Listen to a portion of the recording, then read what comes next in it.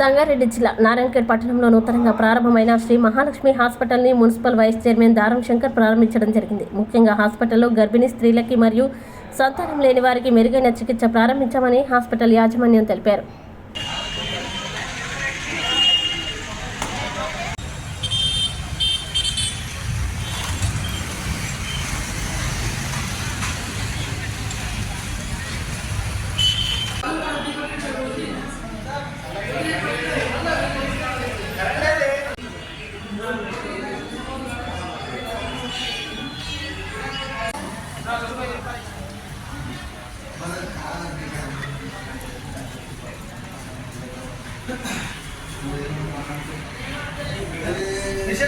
Sister ఇలా ఉండండి madam, నిల్చోండి.